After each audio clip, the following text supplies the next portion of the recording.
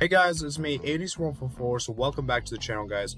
Today we'll be doing my Europa League predictions. So as you guys can see, we'll be going through the Europa League groups. I do want to give you guys a prediction for each group. Like I said, guys, as I said for yesterday's video for the Champions League, I want to do a match day predictions thing, and we'll be doing this live on the channel. So live on the channel, it'll be probably every Monday around like 5 p.m. Eastern time, and we'll be doing those predictions, okay, guys? So the reason why I'm doing that time in particular is because, I have class, at around like 2 to 3 p.m. So it's been very inconvenient to do from that time, and, I gotta eat lunch. So, I could maybe do earlier in the day, like around like 1 p.m.-ish, but, I need to eat lunch and stuff like that. So, I feel like it'd be best if we could do 5 p.m. around that time, and, most of you guys can get back from your activities and whatsoever. So, you can always watch the replay.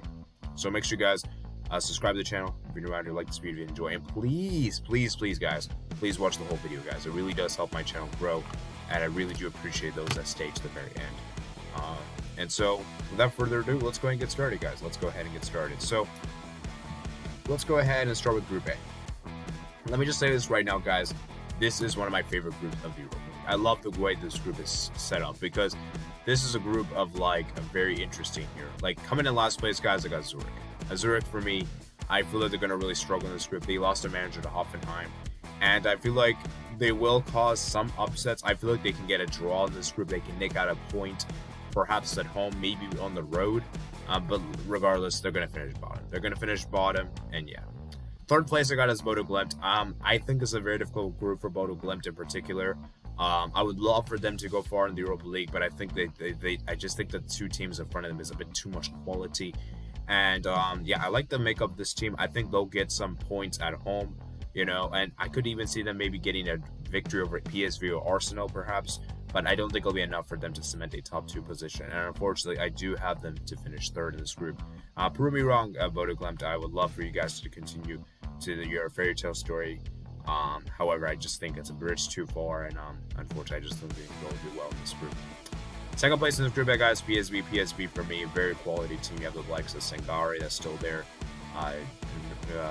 Makiuele as well, who's been in quality as well. Luke de Jong as well. And I feel like this PSV team have a good chance to top the group even. I wouldn't put it past them. I just think that they don't have enough for that top spot, simply because I feel like Arsenal will take the group seriously, which, by the way, is the team I have in first place. Let me just say this in preface, though. Surface right now and say this. If Arsenal use their B team in this group, then I wouldn't be surprised to see PSV top. But Arsenal should at the very least get top 2. If Arsenal finishes below second, guys, oh boy, it's going to look bad. It's going to look bad, guys. It's going to look really, really bad indeed. But regardless, Arsenal should top the group. They have like amazing players like Gabriel Jesus, Bukayo Saka, Martinelli. In fact, they're the only Premier League team that's gone perfect so far this season. So, give it up to them, man. Give it up to them. Okay, Group B, guys. Let's move on to Group B. Okay, so Group B, guys. Group B is an interesting one. I think this is very, very interesting. And coming in last place, guys, I got AEK. I just feel like, for me, they just don't have enough quality to compete in this group, and hence the reason why I have them finishing last. Now, this is a tricky call. It was between these two teams, Fenerbahce and Rennes, for that third place spot. I ended up picking Fenerbahce third, and the reason why is because I feel like Turkish teams in particular in Europe have tended to disappoint, and I just don't know, man. Fenerbahce, man, it's going to be interesting to see what they do here in this group. I'm still not completely sold upon them. I feel like they have a decent team, but I just feel like, for me, Rennes just have a better team. I feel like Rennes, they have the quality players that they have, Mandanda, etc. Then you got this, who's this guy? I forgot his name. Kamavinga used to play there, and then they have Martin Terrera, who's pretty good. And I feel like Rennes is a pretty underrated team. I feel like Rennes is a good team from France. Although I still have question marks over French teams in particular, because I feel like they tend to disappoint. So I'm still not completely sold upon them, but I'm pretty certain that Dynamo Kiev will top the group. I think Dynamo Kiev will top the group, even though they've lost some of their key players, even though they will not be playing their stadium for obvious reasons. They still do have some quality players, and I still think they have a decent team. And speaking of which, they actually did beat Fenerbahce on the road in the they did beat Fenerbahce in the qualifier. So I think that'll be interesting to see whether Fenerbahce can get revenge or not. But regardless, I think Dynamo Kiev should still top the group. You still have players like Bouchon is still there, etc. And yeah, I still think they'll top the group. Now, Group C. Group C is interesting, guys. Group C is interesting. Oh boy. We got Roma, Ludogorets, and Betis, and HJK. Coming to last place, guys, I got HJK. I'm sorry, Michael Talks Football. This is a very difficult group for you guys. I would like you guys to prove me wrong. Obviously, I would like you guys to maybe get the round of 32 of the Conference League, but it's going to be difficult, man. It's going to be very, very difficult indeed. I just don't really think you guys have enough quality in this group to compete. And yeah, I just don't really see HJK doing it, man. I just don't see it, man. Sorry, man. I don't mean to offend you. It's just that I feel like the other teams are better. Then third in the group is Ludogorets. I think Ludogorets will be able to, do decently well. They were in the Europa League last season, so it'll be interesting to see how they do upon this season around. Like, they have a much easier group than they did last time, and they should be able to get third place. Now, that top two is going to be interesting, guys. Top two battles going to be interesting between Betis and Roma. Second place, I'm going to go with Real Betis. Real Betis, for me, they have a really good team. You have the likes of Fekir that's still there. You got Claudio Bravo. You still have some quality players.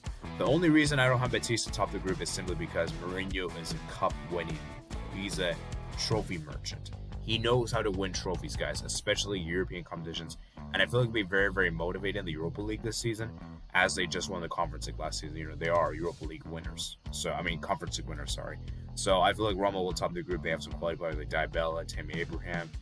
They're apparently going to get Gini Wijnaldum on loan as well. Rui Patricio is still there. And yeah, it's a decent team, man. It's a great team they have. And they should be able to top the group, in my opinion. So let's go ahead and move on to Group D. And this one, Group D. Now, this is a difficult group, guys. This is one of the group of deaths here. This group is quite insane. And guys, I'm going to have some controversial takes for this one. So be aware, guys, that I'm going to say some controversial stuff here. Coming in fourth place, guys, it is going to be St. Gillows. As impressive they were in the Champions League qualifiers, beating Rangers 2-0 at their stadium and everything like that, I don't really think they can get third in this group. I would like for them to prove me wrong. They did win the Belgian League after all, so you got to give them up to them for that.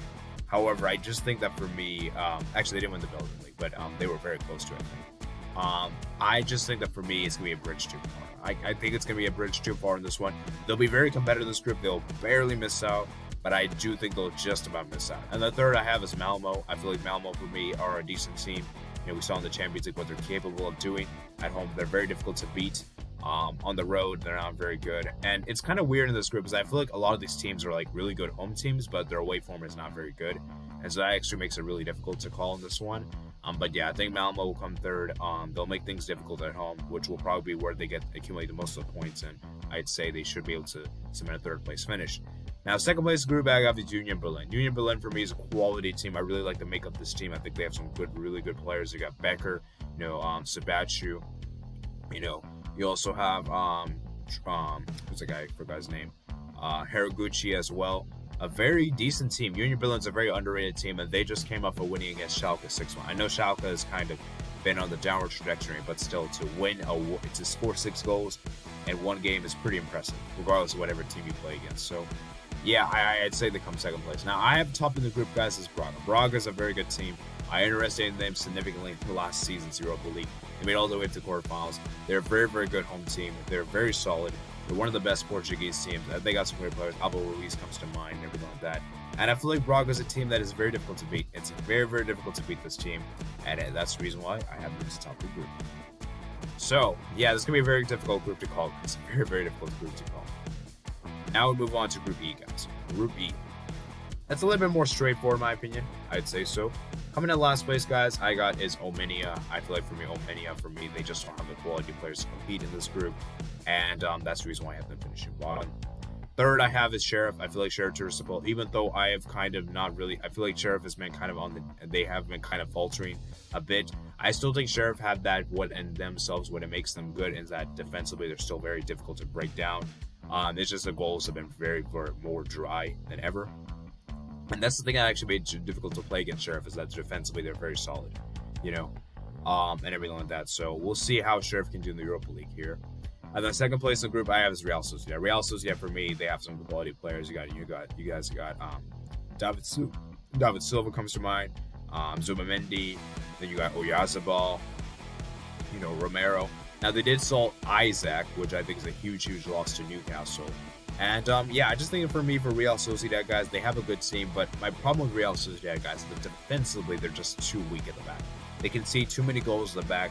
They're defensively all over the place, and that's my biggest problem with them. Is that even though you would probably fancy their chance against Manchester United, we saw 2 seasons ago how Manchester United were able to destroy them on the counterattack, and how it wasn't even a battle. It was too easy for United, and I could see the same thing United doing it again. And even though United have been kind of playing crap nowadays, we know they've started to kind of rebuild, and I feel like under Erik ten Hag, they still have an identity. And you know, they did come off of back-to-back wins against United, Southampton, and Liverpool, respectively. So, as I'm recording this video, so I think they'll be able to do well in the sense that they'll be able to top the group. However, in terms of like winning the Europa League, I still don't think this team has it. But we'll see, though. We'll see. But yeah, United should definitely top this group, in my opinion, with the quality players you got. You know, you got Bruno Fernandes, Marcus Rashford, Sancho, Ronaldo, Lisandro Martinez, Malacia. They got Anthony as well. I mean, this team is stacked, man. Like, in terms of players, they're stacked. It's just on the pitch is just huge disaster. Group F, guys. Now, this is an interesting group. This is a definitely interesting group. I'd say this is kind of straightforward in terms of top spot in the. Bottom of the group. Bottom of the group, guys. I'm gonna go with Michelin. I just feel like for me, Michelin.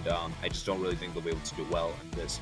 I know they have some decent players, and there. I know they're from Denmark and everything like that. I just don't really think they'll do well. Sturm Graz is a very difficult team. I think they're from Austria, if I'm not mistaken, and they're very difficult to break down. And I feel like this is another one of those teams that are excellent at home, but their away form is still very questionable. And so I feel like they'll be able to grind out some draws, which will be probably enough to cement that third place spot.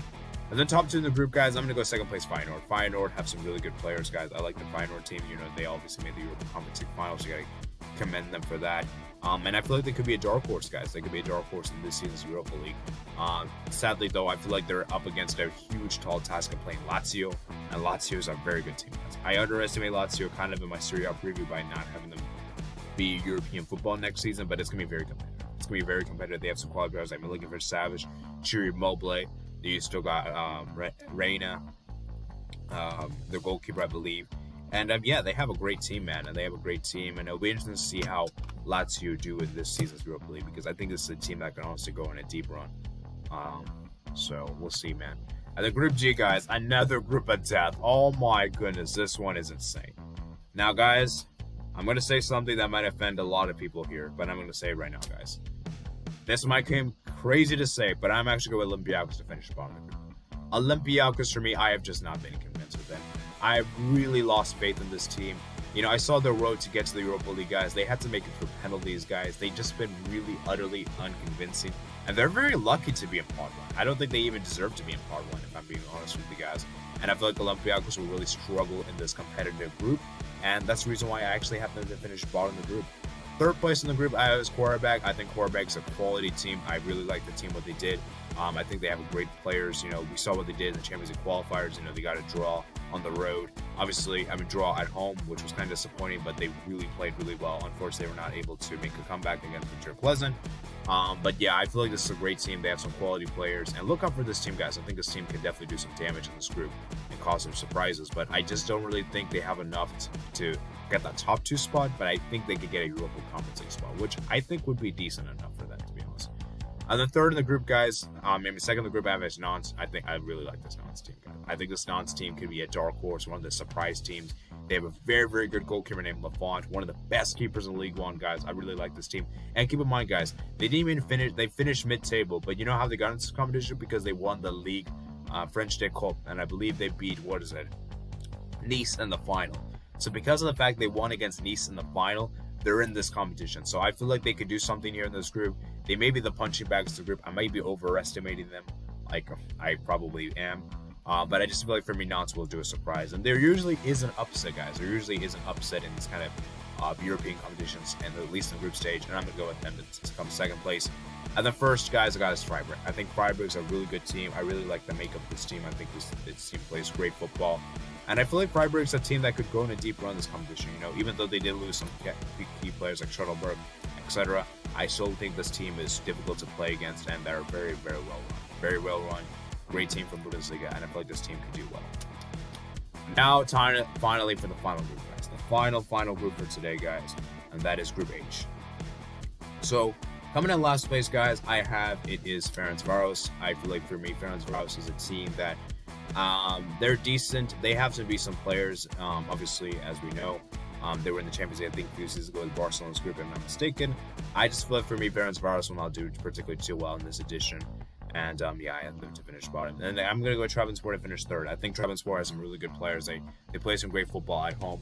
It's just that they need to be clinical. That's really the reason why they didn't make the Champions League, is because they were not clinical enough at home, because they absolutely dominated Copenhagen on second leg. You know, they have some quality players like Batra comes to mind, I believe, and Valencia plays there, etc. And Trabzonspor, I feel like, is a great team. I feel like it could be one of the best teams from Turkish football this season in European football. And I feel like it's up to them to deliver. So, yeah.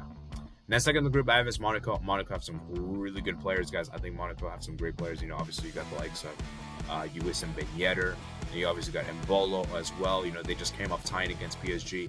But my issue with Monaco is that they're capable of getting results. Like, I wouldn't be surprised if they get a result against Cervena Zvezda, but I could see them lose to Ferencvaros. That's the type of team they are. Like, they're capable of overperforming, but they're also capable of underperforming as well. That's the type of team they are, because I think before they played PSG, they lost at home to, what was it? I think Reims, I think. You guys can correct me in the comment section below if I'm not mistaken, but they're a type of team that can like lose to teams they shouldn't be losing to. That's the point. And so that's the reason why I think Monaco will get second place, because I think Monaco will have a slip up in the group stage, and I feel like Cervena Zvezda will capitalize upon it, and they're very good team. You know, Warren plays there as well. Very good goalkeeper for Canada. You know, he's going to be at the World Cup, so keep an eye upon him. He's a starter for the Canadian national team. And I feel like Cervena Zvezda, man, they're very good at home. They're very good at home. They don't lose home games whatsoever.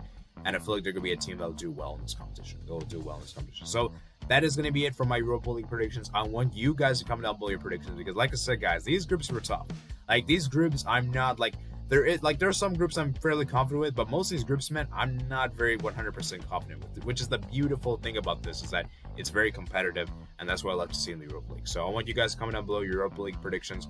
Remember, guys, to subscribe to the channel if you're new around. I like this video if you enjoy. And if you did make it all the way this far, guys, comment down below which group is your favorite group of the 8. For me, guys, I'm not actually going to go with Group D. I'm going to go with Group D, guys. Group D is my favorite. I think Group D is my favorite, guys. Actually, I'm going to go with Group G. Group G is my favorite. Group G is my favorite. So that's my favorite group of the bunch. So I want you guys to comment down below your favorite group in the comment section below, guys. Check out my email, plus description below. Share the video with your friends. And I'll see you guys later. Peace out.